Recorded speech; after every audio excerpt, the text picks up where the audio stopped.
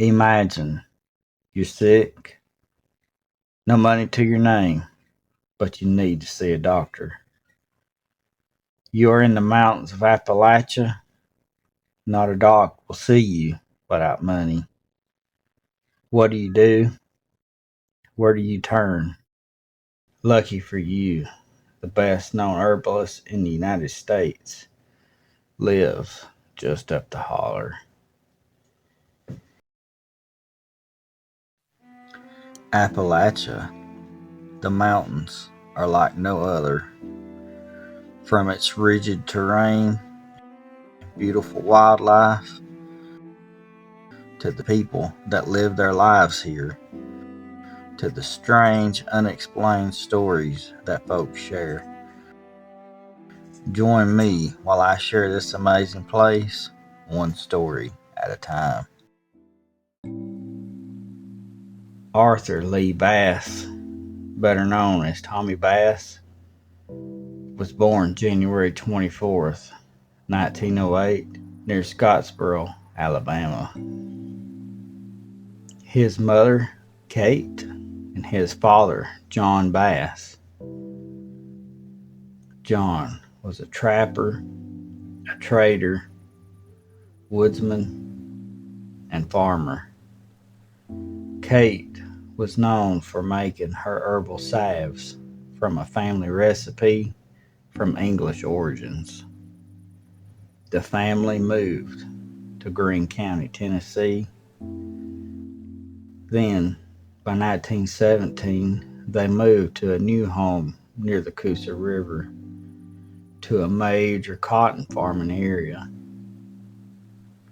The family was self-sufficient and did truck farming, berry and herb gathering, fur trading, fishing, and making railroad cross ties. Tommie Bass only went to school for one day in his entire life.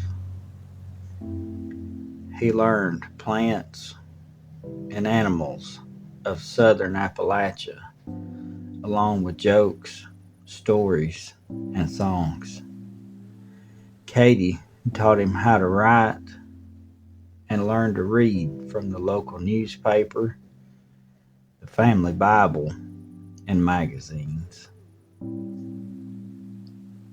At just 16 years old, he was baptized in the creek as a Free Will Baptist. And in 1942, he served 6 months in the Army and then spent most of his life in Leesburg, Alabama. He worked a variety of jobs and gained a reputable reputation. Soon after, the Gadsden newspaper ran stories on him and his knowledge of medical use of plants, salves, and tonics. During the 60s and 70s, a multitude of folks from the South and all over the United States sought Tommie Bass for his cures and knowledge. He operated out of a small wooden shack that served as his herb warehouse and consultation shop. Tommie Bass did many walking tours in the woods of Shinbone Ridge and Little River Canyon, teaching school-aged children all the way to medical students and professors, teaching them how to identify the plants, their uses, and just plain good humor.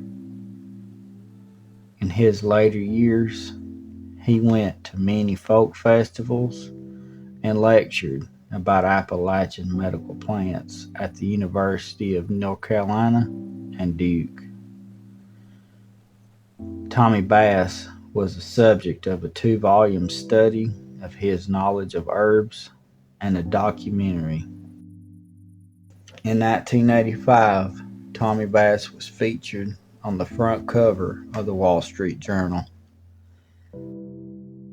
Sadly, Tommie Bass passed 11 years later on August 31st, 1996, in Rome, Georgia, at the age of 85. He was brought home and laid to rest in the Cherokee Memorial Gardens in Center, Alabama. 14 years before Tommie Bass passed, he took Mr. Darrell Patton under his wing and shared all of his knowledge, keeping the long lost Appalachian medicinal plant uses alive. 28 years later, Darrell Patton is keeping Tommie Bass's legacy alive. Mr. Patton has become a renowned master herbalist today. Folks, I'd like to thank you for sitting and listening to the history and tale of Tommie Bass, the Appalachian medicine man from Alabama. Well, I appreciate you listening. I love you to pieces, and I'll see you next time.